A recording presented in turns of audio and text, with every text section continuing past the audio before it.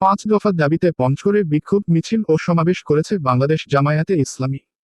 শুক্রবার 26শে সেপ্টেম্বর দলটির আয়োজনে জেলা শহরের মিঠাপুকুর এলাকার ডায়াবেটিক হাসপাতালের সামনে থেকে একটি বিক্ষোভ মিছিল বের হয়।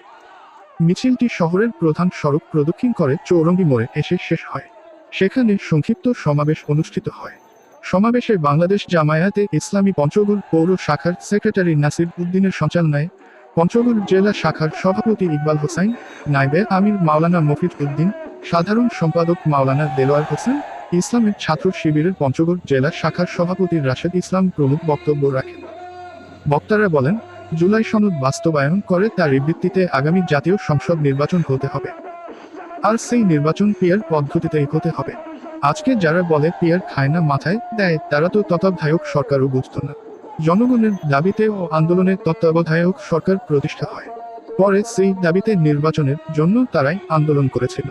তারা যদি পিয়ার বুঝত তাহলে জাকসুতে তাদের এই করুণ পরিণতি হতো না। বক্তারা আরও বলেন, সুষ্ঠু নির্বাচনের জন্য লেভেল প্লেইং ফিল্ড নিশ্চিত করতে হবে, গণহত্যার বিচার করতে হবে, বিশেষ ট্রাইব্যুনালে ভারতীয় তাবেদার ও ফ্যাসিবাদের দোসর জাতীয় পার্টি সহ 14 দলের বিচার করতে হবে এবং বিচার চলাকালীন তাদের কার্যক্রম নিষিদ্ধ করতে হবে। 5 দফা দাবি মানা না হলে কঠোর আন্দোলনের হুঁশিয়ারি দেন তারা। বিক্ষোভ মিছিলে দলটির বিভিন্ন অঙ্গ ও সহযোগী সংগঠন এবং বাংলাদেশ ইসলামী ছাত্র শিবিরের নেতাকর্মী অংশ নেয়।